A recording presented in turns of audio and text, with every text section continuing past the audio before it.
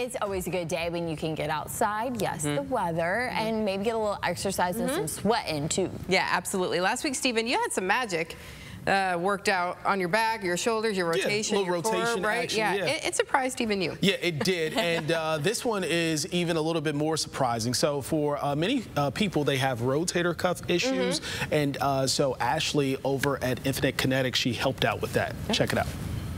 It's a good day here on WTOL 11, and we're helping you recover. So usually we're sweating, but sometimes with our workouts, it can cause some injuries. So we're at Infinite Kinetics again this week, and we're joined by Ashley. So Ashley, thanks so much for joining us again.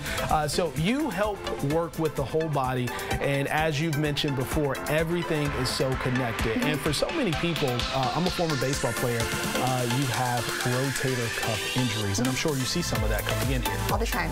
Yeah. All the time. So what are some of the solutions, or what are some of the causes, let's start there, to some of those rotator cuff issues? Most people just don't warm up right? They don't stretch, they don't, take time to stretch or stretch the things that they need to work on.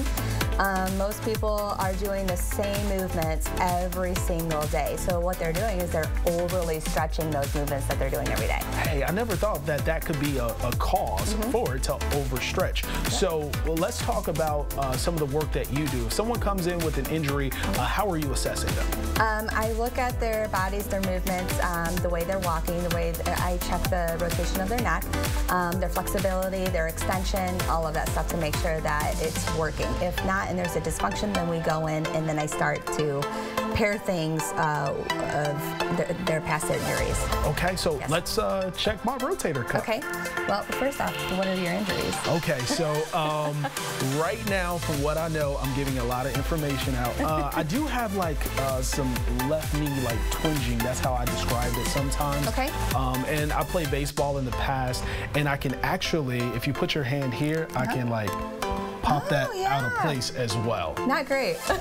That's not a good thing. Okay. Okay, so what we'll do is I will check your shoulder, and then I want to also, have you ever actually injured that knee or no? No, okay. I have not. Okay, I'm gonna have you bring this arm up for me. You're gonna hold it, and you're gonna push up towards the ceiling for me on the word go.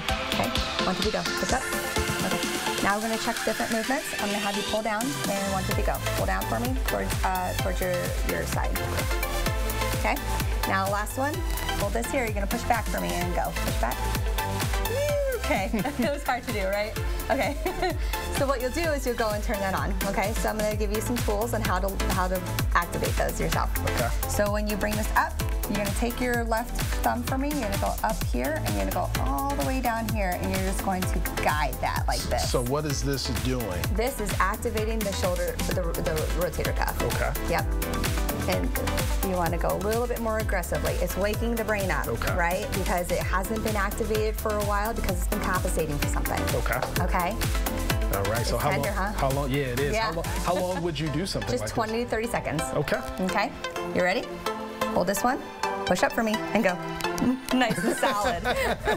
It is. So you will walk a person through those different exercises, and it'll activate things. So you do that here, but that's something that if you learn it, you can do it at home as well. Yes. So everything that we do here, we teach you your goal to help yourself outside of here. Like we don't want you to depend on us. We want you to be able to heal yourself, basically. Okay. Awesome. Sounds so good. Well, Ashley, thanks so much. And if you are dealing with a rotator cuff issue like I didn't think I was, but apparently I am, you can do that, and this will be posted on our WTOL 11 YouTube page. Have a good day. I mean, you could pop your shoulder out of place. I would say that that's probably... Yes. So that was shocking for you too.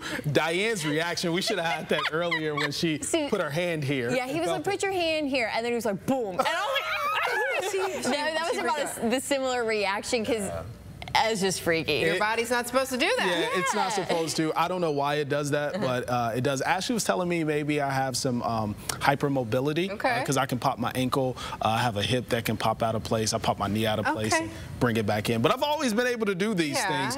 But it's really nice because a lot of folks deal with issues with rotator cuff.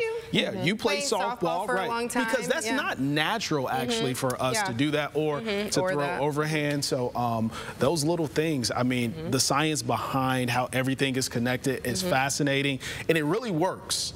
Like, she's able to do that, and it works. It how helps. the body works is amazing. It is. I'll be doing this. Some nice recovery. And then more aggressive though. Be aggressive with it.